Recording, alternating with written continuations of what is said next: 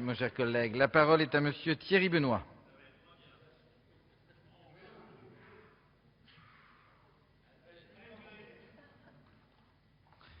Vous avez la parole. Merci, Monsieur le Président, Monsieur le Ministre, Monsieur le Président de la Commission des affaires économiques, Messieurs les rapporteurs.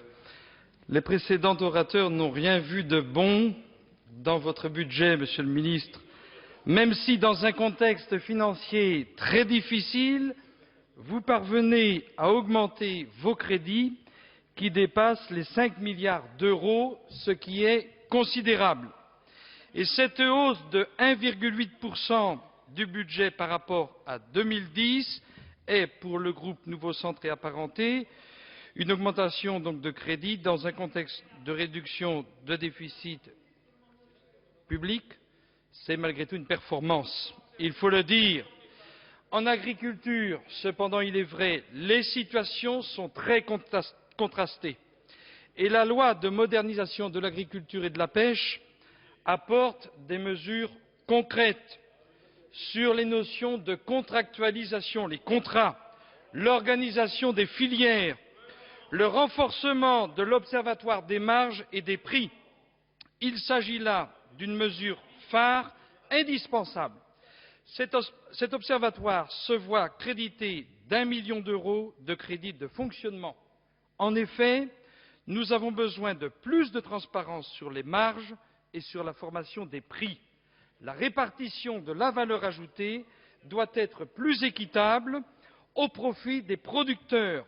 Les producteurs sont, de nos jours, trop souvent, la variable d'ajustement. Avec un plan de soutien de plus d'1 milliard à l'agriculture, ainsi que des plans stratégiques de développement des filières, ceci affirme la volonté gouvernementale d'être aux côtés des agriculteurs français. Mais chacun de nous le sait ici, le sujet agricole est avant tout un sujet européen. J'ai entendu l'orateur socialiste qui dénonçait la politique gouvernementale et qui l'accusait d'une vision libérale. Excusez du peu, c'est quand même le ministre actuel, Bruno Le Maire, ministre de l'Agriculture française, qui a pris son bâton de pèlerin et qui a engagé ses collègues européens à travailler à la régulation des marchés. Car nous ne devons pas nous raconter d'histoire, le sujet est bien du ressort européen. Je rappelle à ce propos, au passage, que les crédits sur la mission agricole, les crédits européens sur la période 2007-2013 sont de 330 milliards d'euros, à comparer avec les 5 milliards d'euros, un peu plus, du budget national. Ça montre la proportion et la responsabilité européenne en la matière. Nous sommes à la veille du 11 novembre et chacun sait ici qu'à partir de demain, la présidence du G8 et du G20 sera une présidence française. Celle-ci, couplée à une présidence française du Fonds monétaire international, doit nous permettre de travailler sur des sujets qui concernent les agriculteurs et l'agriculture française. Premier sujet, la spéculation sur les matières premières. Deuxième sujet, la régulation des marchés européens et mondiaux. Troisième sujet, la régulation et la transparence financière. Et enfin, travailler aussi sur le secret bancaire et les paradis fiscaux. Ces sujets peuvent paraître si lointains, mais touchent de si près l'agriculture française qu'ils ont un impact direct pour nos producteurs. Enfin, je voudrais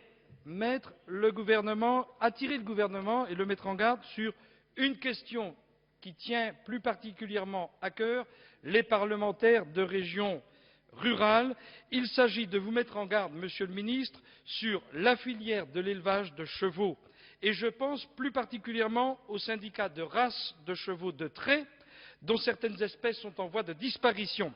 Avec le président du groupe Nouveau Centre, François Sauvadet, nous demandons à ce que les crédits de ces filières soient examinés avec la plus grande bienveillance et qu'ainsi une stratégie claire soit établie quant à la réorganisation des haras, afin que leur mission de préservation des races soit assurée. En conclusion, Le groupe centriste, compte tenu du contexte financier qui n'échappe à personne, compte tenu du sérieux du budget qui nous est présenté et du volontarisme du gouvernement, le groupe centriste soutiendra et votera ce budget de l'agriculture. Merci.